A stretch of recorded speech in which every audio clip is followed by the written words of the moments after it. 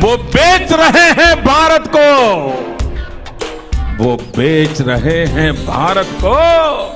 खामोश मैं कैसे हो जाऊं?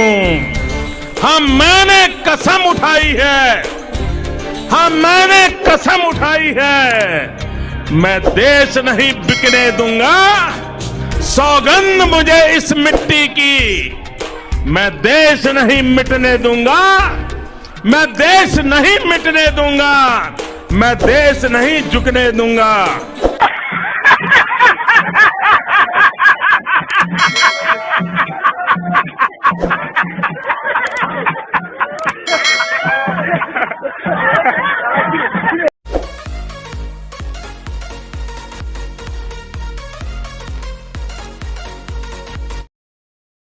कुछ नेता तो झूठ की मशीन की तरह है, जब भी मुंह खोलते हैं धार धार धार धार धार AK-47 की तरह बस झूठ ही निकलता शुरू हो जाता है। आप लोगों से ज्यादा रेलवे के प्रति मेरा प्यार है, क्योंकि मेरा तो जीवन ही उसके कारण बना है। जो लोग अफवाहें फैला रहे हैं कि रेलवे का प्राइवेटाइजेशन हो रहा है, वो सरासर गलत है। सरकार 151 प्राइवेट ट्रेनों के प्रोजेक्ट को शुरू करने जा रही है। निजी कंपनियों से प्रस्ताव मांगे गए हैं। केंद्र सरकार ने रेलवे में निजीकरण की तरफ पहला बड़ा कदम उठा लिया है। रेल मंत्रालय ने 109 रूट्स पर यात्री ट्रेन चलाने के लिए प्राइवेट पार्टीज को इनविटेशन दिया है। इसके लिए प्राइवेट पार्टीज को 30,000 करोड़ का निवेश करना होगा। पहली बार रेलवे में यात्री ट्रेन चलाने के लिए प्राइवेट पार्टी को आमंत्रित किया गया है। पेट्रोल महंगा कर दिया, डीजल महंगा कर दिया, रसोई गैस महंगी कर दी, जीना महंगा कर दिया। 2014 में चुनाव जीतने के बाद जब गुजरात के मुख्यमंत्री नरेंद्र मोदी ने महंगाई के मुद्दे पर यह कहा था, इन्हीं के कालखंड में महंगाई कहां से कहां पहुंच गई। एक तरफ GDP का गिरना, दूसरी तरफ इन्फ्लेशन का बढ़ना। आदरणीय प्रधानमंत्री जी, आप महंगाई कम कर पाओ या न कर पाओ, कम से कम अटल बिहारी वाजपेयी जहां छोड़ के गए थे वहां तो लाकर के रख दो। हाँ, ये वही समय है जब भाजपा के आंदोलनजीवी नेता बढ़ती महंगाई का विरोध करने के लिए सड़कों पर उतर आते थे, पेट्रोल डीजल के बढ़ते हुए दामों पर धरना करते थे, महंगाई को डायन कहते थे और 2014 के चुनाव से पहले नारा लगाते थे, बहुत हुई महंगाई की मार, अब की बार मोदी सरकार।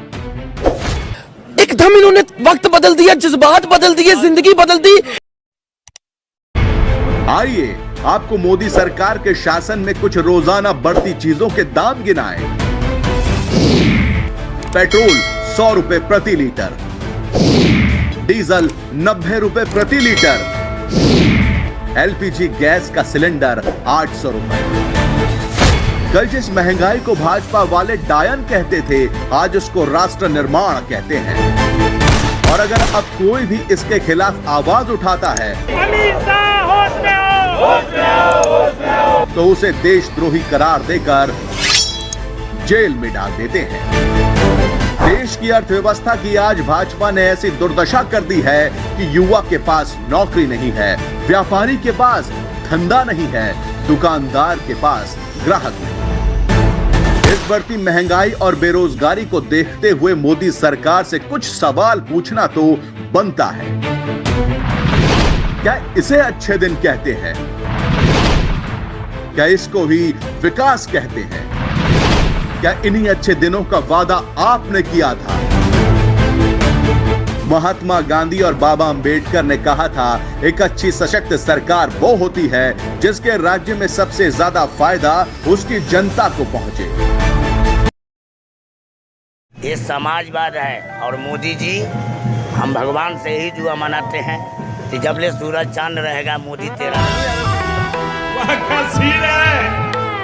रुको जरा, सबर करो। आज के बाद से जो आप भारतीय जनता पार्टी के लिए अब करेंगे प्रचार। नेता और कुत्ता कब कहां बदल जाता कोई गारंटी नहीं।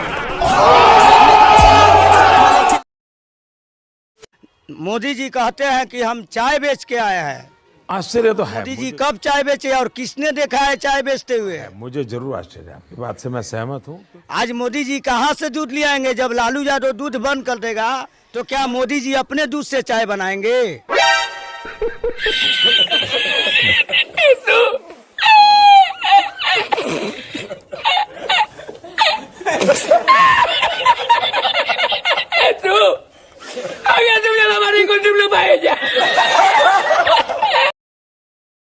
घर घर मोदी, हर हर मोदी, घर घर मोदी। अब बाद में पता चला कि ये गड़बड़ मोदी।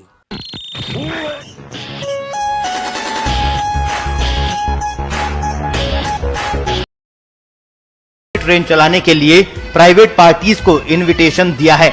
इसके लिए प्राइवेट पार्टीज को 30,000 करोड़ का निवेश करना होगा। पहली बार रेलवे में यात्री ट्रेन चलाने के लिए प्राइवेट पार्टी को आमंत्रित किया गया है। कुछ नेता तो झूठ की मशीन की तरह है, जब भी मुंह खोलते हैं धार धार धार धार धार AK-47 की तरह बस झूठ ही निकलता शुरू हो जाता।